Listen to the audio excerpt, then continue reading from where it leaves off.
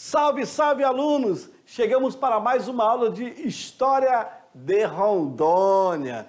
E aqui, com a gente, você já aprendeu como foi que surgiu o Forte Príncipe, as navegações pelos rios Madeira, Mamoré, Guaporé. Falamos sobre os naturalistas que adentraram nossos rios. E assim vai indo. Todos esses conteúdos, esses assuntos, vocês vão colocar em prática aonde? Em um concurso, claro, né? Porque daqui uns dias vocês estarão fazendo o Enem. E o Enem, ele não cobra história regional. Então, para você conhecer um pouco toda a nossa trajetória. Estamos na aula 12.1. Ei, daqui a pouco vocês estarão fazendo a prova. Eu creio que da aula 13, aula 14... já é a nossa avaliação. Então, abra o caderno. Já abriram? Ótimo. Coloquem a data na parte superior, lá ao lado direito, em cima. Já? E agora coloque também o título dessa aula. Joga no quadro. O que nós temos aí? O Tratado de Ayacucho, de 1867. É uma palavra em espanhol, ou em boliviano, como queiram mencionar. Deixa eu verificar se a minha caneta já está calibrada. Não está em preto. Ok. Aula 12.1. Ayacucho significa amizade, tá? Amizade. Olha lá. Na aula de hoje, vocês irão conhecer os limites desse tratado, que foi assinado no ano de 1867, tá? A navegação e o comércio pelos rios Madeira e o rio Guaporé. E o Brasil possui alguns tratados com a Bolívia, além alguns tratados também com a Espanha, né? Espanha, Portugal e assim por diante. Tá certo? Vejam, esse acordo só vai ser feito porque lá no ano de 1852, vocês já viram, os Estados Unidos queria liberar a navegação pelos rios amazônicos. Só que Dom Pedro II vai dizer não para eles. Aí Dom Pedro vai, monopoliza através de Barão de Mauá, que vai pagar 160 contos de réis pelo monopólio da navegação pelos rios amazônicos. Certo? E aí tirou grandão os americanos. Logo na frente, é criado então esse acordo com a Bolívia, na tentativa aí de controlar. Por que já em 1807? Porque a Bolívia já era independente. Se não me falha a memória, a independência boliviana é de 1826. A do Brasil é de 22. Lembra aí? Ok, então, vejam as competências, na verdade, seriam as habilidades, né, dessa aula. Considerar a importância das tecnologias contemporâneas de comunicação e informação para a produção de bens. E isso é muito importante porque essa comunicação na fronteira, vocês vão ver na minha explicação. Também compreender a sociedade e a natureza, reconhecendo suas interações no espaço em diferentes contextos históricos, tá? E aí eu trago para vocês a região de Santo Antônio do Guaporé, que eu já expliquei isso numa aula. Por que eu trago? Porque esse lado aqui é Brasil, o outro lado aqui é Bolívia. Aqui nós temos o rio Guaporé, tá? E esse rio Guaporé, que vocês já viram também em outra aula, a navegabilidade dele é de 1.500 quilômetros. A extensão é de 1.716 quilômetros. Tá? E ele começa a ser navegável. Então, saindo do rio Tietê, rio Paranaguá, Paraguai, que deságua no Guaporé. E, claro, na época, antes do século XIX, pertencia à Espanha, tá? E depois passa a pertencer à Bolívia, tá bom? E por isso que eu deixei essa imagem do quilombo de Santo Antônio do Guaporé. Vamos lá. Até os anos 60, ainda do século XIX, ou seja, 1800 alguma coisa, ao se tomar como base os limites estabelecidos pelo Tratado de Madrid, 1750, o famoso Utposedete. A terra pertence a quem a ocupa e não a quem descobra. E também o Tratado de Santo Ildefonso, o Tratado de Santo Ildefonso é de 1777. A fronteira do Brasil com a Bolívia, veja só, correria do ponto médio do Rio Madeira, próximo, onde é hoje a cidade de Humaitá, até a nascente do Rio Javari. Tu acredita? Vem para mim aqui.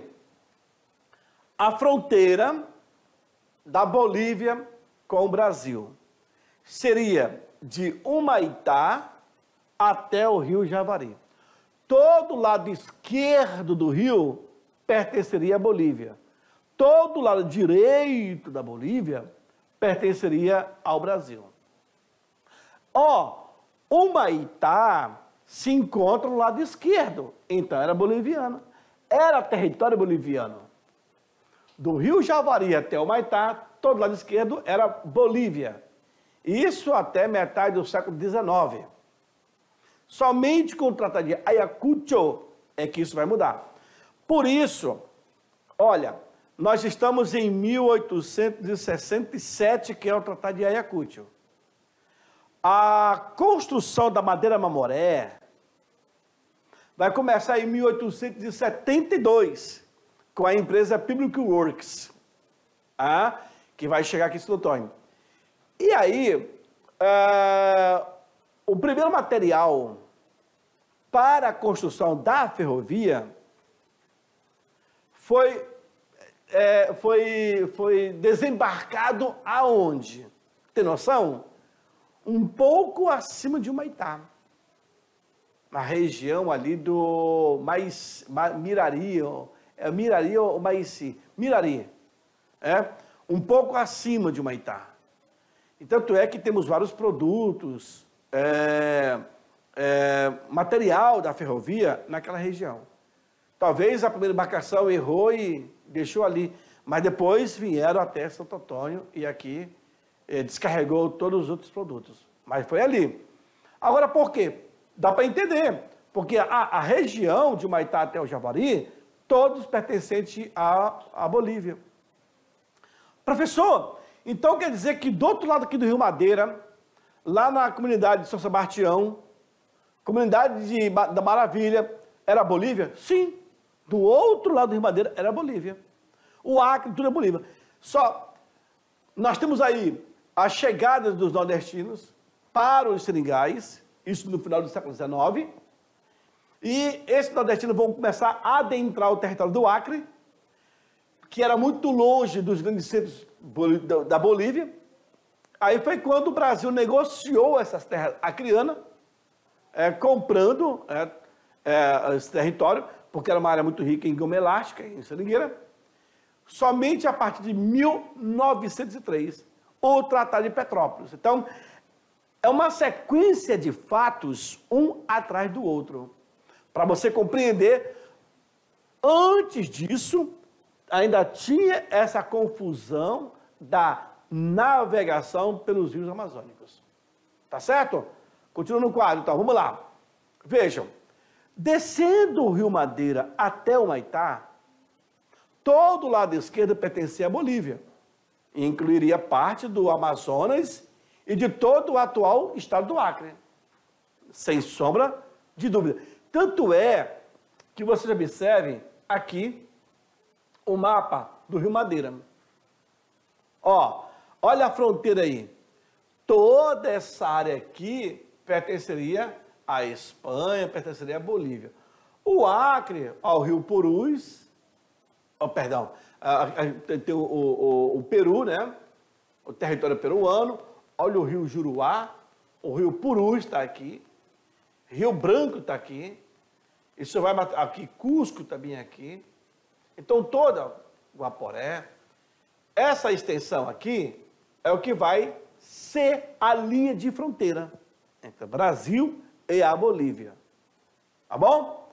Vejam, coloquei mais imagens do quilômetro do Santo Antônio do Guaporé para fazer esse limite de fronteira.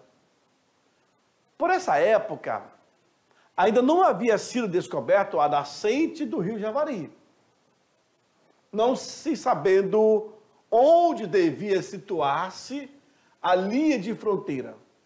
Segundo, era uma região praticamente despovoada. Isso em ambos os lados, em ambos os países. Tanto do lado da Bolívia, como do lado do Brasil, não tinha povoamento. Tudo começou a mudar com o aumento do interesse internacional pelo látex a partir de meados do século XIX. E faz sentido, sabe por quê? É incrível. Eu vou voltar aqui só para a gente pegar uma data. Cadê?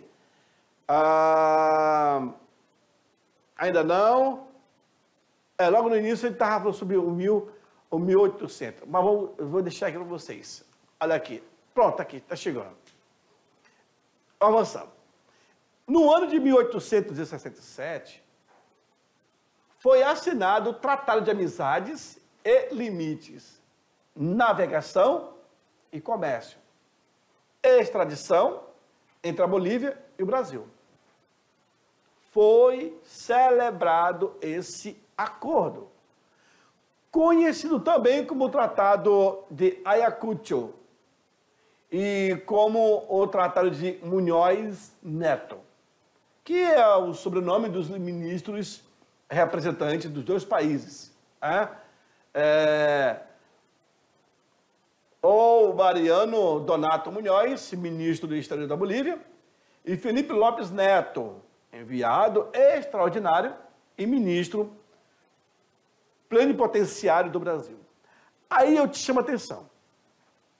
Em 1852, os americanos tentaram, inclusive, criar uma colônia de negros aqui na Amazônia. E também tentaram viabilizar o comércio pelos rios. Dom Pedro disse não para eles. Só uma data para vocês entenderem. Em 1865, nascia quem? O Marechal Rondon. Lá em Mimoso. 1865. De 65 a 1870, o que aconteceu? A Guerra do Paraguai. A Guerra do Paraguai foram 5 anos. De 1865 a 1870. Fechou? No ano de 1872, chega em Santo Antônio a Public Works, a empresa americana para construir a ferrovia.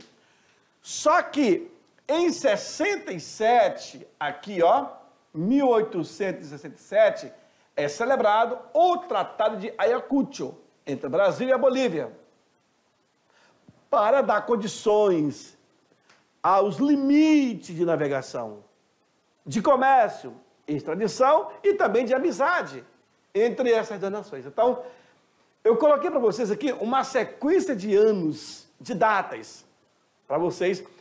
Tudo aqui eu tenho Dom Pedro II como o mandatário do Brasil. Fechou? Ok, vamos lá, vamos avançando. Isso aí é parte do rio Guaporé, parte de cima. O presidente boliviano era esse daí, General Mariano Melgarejo, que é de 1818 a 1871. Essa é a imagem do presidente, a época da assinatura do tratado. Fechou?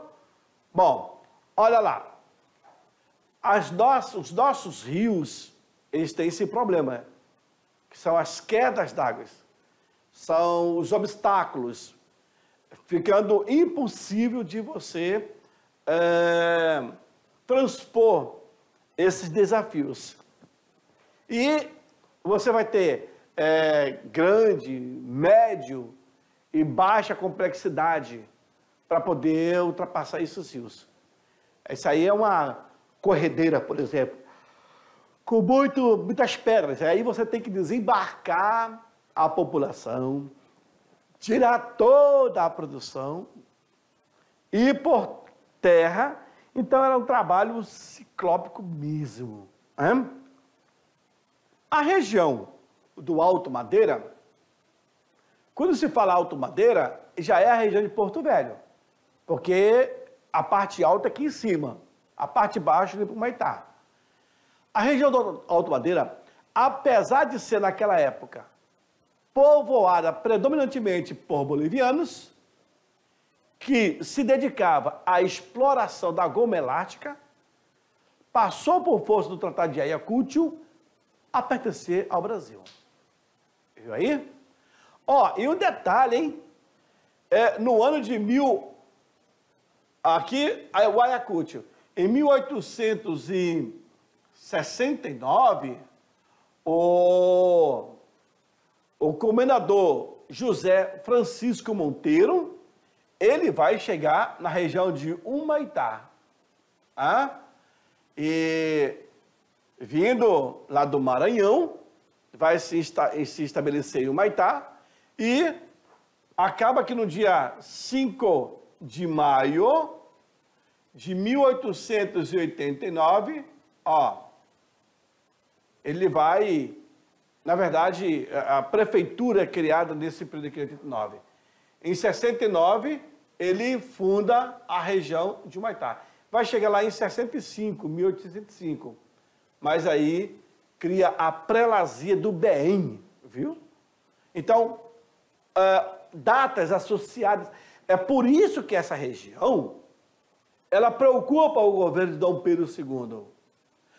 Já tem o monopólio de Barão de Mauá, agora esse acordo com a Bolívia, tirando grandão os americanos, que tentavam pegar essa nossa região.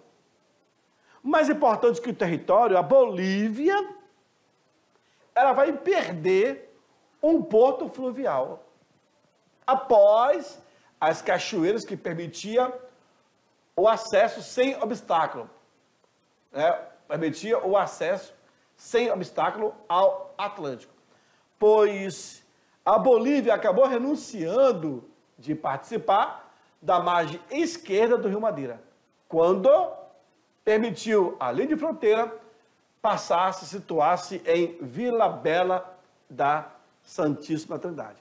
Ou seja, do Rio Juruena, do Javari, para Vila Bela foi muito espaço. Então, a Bolívia, ao negociar esse acordo, esse tratado, ela abre mão do acesso que ela tinha.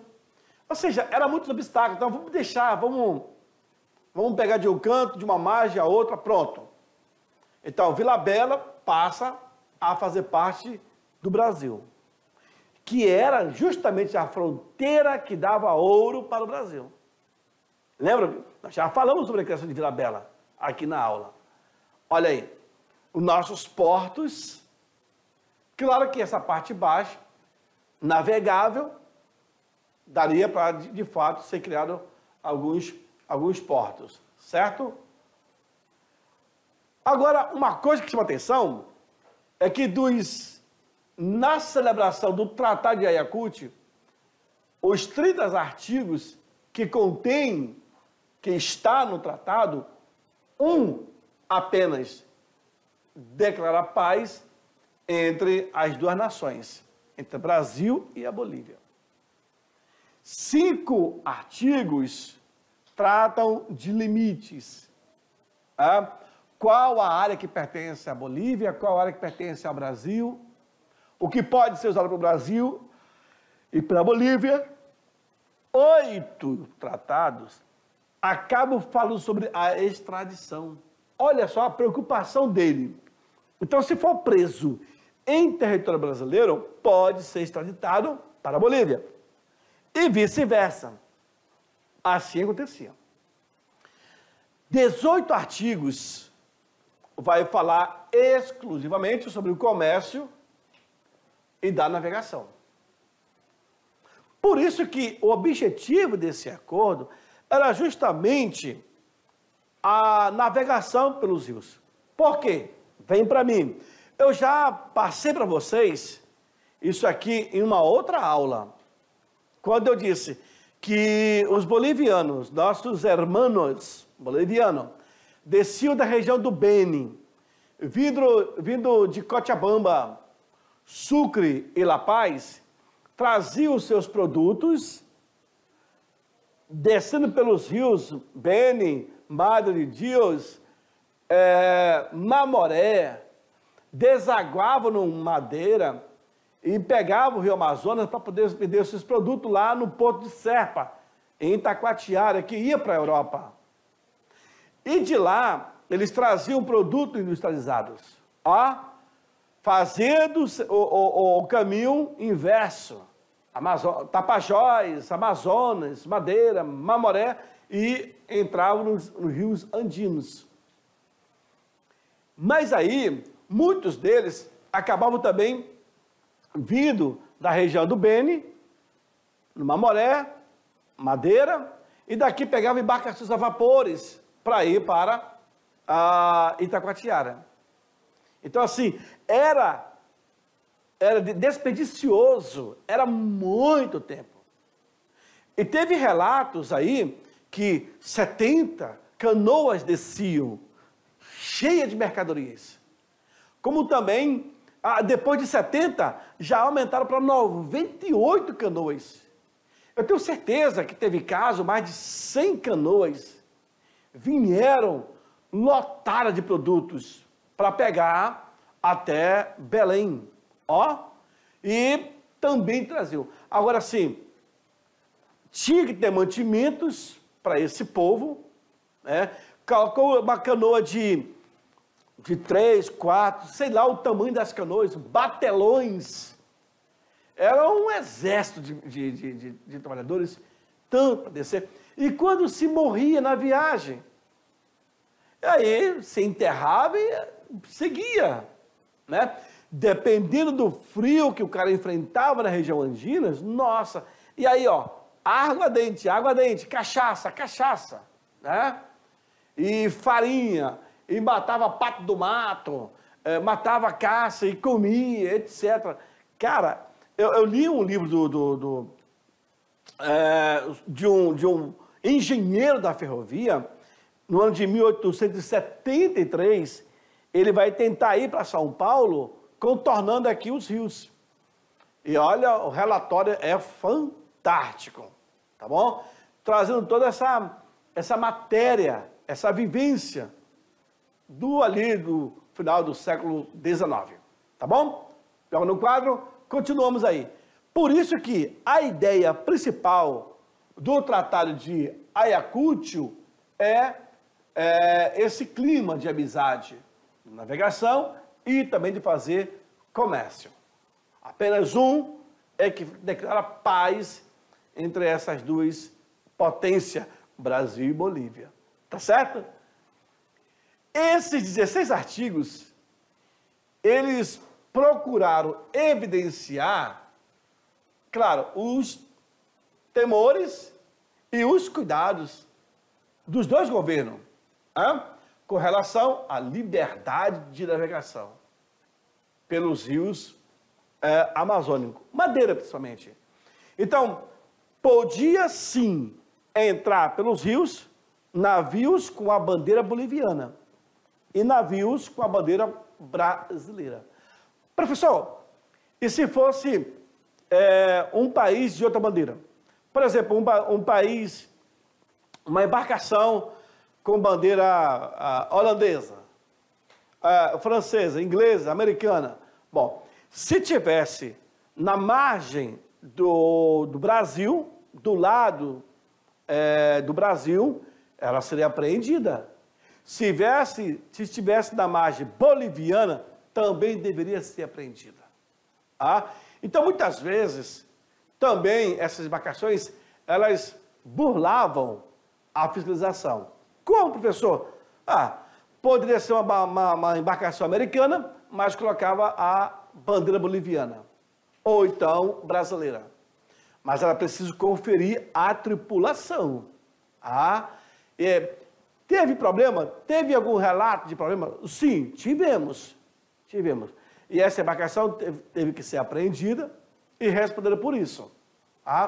Mas o que eu quero te chamar a atenção é que naquela época já existia pilantragem também. Os caras queriam a qualquer custo poder fazer comércio com a região, certo?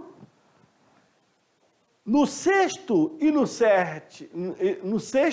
sétimo artigo, declara reciprocamente com isenção de impostos nos rios que passam pela nova fronteira e desembocam no Oceano Atlântico. O privilégio é apenas para navios da bandeira brasileira ou boliviana. Se outras embarcações fossem pegas, eram apreendidas, eram confiscados os produtos. Por quê? Porque essas embarcações queriam fazer comércio. É a tal coisa, você quer comprar lá na fonte, tu vai pagar muito menos. Se você comprar aqui embaixo, tu vai ter 2, 3, 4 atravessadores. Também tem isso. Essa isenção de impostos somente para bandeiras brasileira ou boliviana. Porque eles estão autorizados a navegar pelos rios. Eu tenho embarcação, por exemplo, eu tenho 100 canoas descendo do Beni. Vai passar pelo rio. Lá em Humaitá era um entreposto comercial. Toda embarcação deveria parar lá. Para quê? Para o recolhimento de impostos. Mas é brasileira, é boliviana. Opa, tudo bem. Então, está liberado o acesso. Tá? Agora, a outra teria que confiscar o produto e também... eles chamam na época de doana. Doana é onde se cobra o imposto. Uma doana, eles chamam. Olha aí. Na ressalva pode ser entendido como uma forma de impedir o comércio direto da Bolívia com embarcações estrangeiras por via ou pela via Madeira Amazonas. Quando o Brasil celebra esse tratado com a Bolívia, é que o Brasil percebia, eu fazendo isso, eu evito de perder. Se os bolivianos cederem para outras nações, pode comprometer a soberania brasileira. É por isso que a nossa região, a nossa Amazônia, os nossos rios, são muito, mas muito vigiados. A Polícia Federal, narcotráfico, a Polícia de Fronteira acaba vigiando, porque senão fica uma fronteira sem lei. Mas não é só a fronteira física em si. É a fronteira cultural, é a fronteira econômica, tem a fronteira étnica, tem todo tipo de fronteira. Nesse caso aí que vocês estão vendo, essa imagem, é já a região do Guaporé, onde tivemos empreendimento para a empresa de látex, por exemplo. Né? Então, a preocupação do Brasil, nesse período, era evitar que os bolivianos pudessem fazer comércio com qualquer outra nação estrangeira, que não fosse o Brasil. Tá certo? Mas, mesmo assim, teve situações que eles conseguiram driblarem. Olha lá, mais algumas casas dos nossos quilombos, lá do Guaporé, Santo Antônio do Guaporé, que faz fronteira com a Bolívia hoje. No passado, era Espanha. Agora, interessante, aluno, vocês aprenderem isso daqui, e até procurarem também o seu significado. O Brasil possui alguns tratados com Portugal.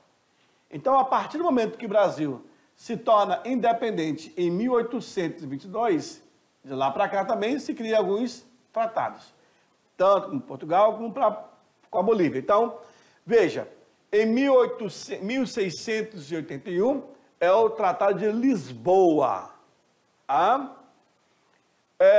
De 1713 a 1715 foram dois. Um em 13, outro em 15. É o chamado Tratado de Utrecht, com Portugal. Aí, ó, em 1750 é o famoso Tratado de Madrid, aquele famoso ulti possidetis.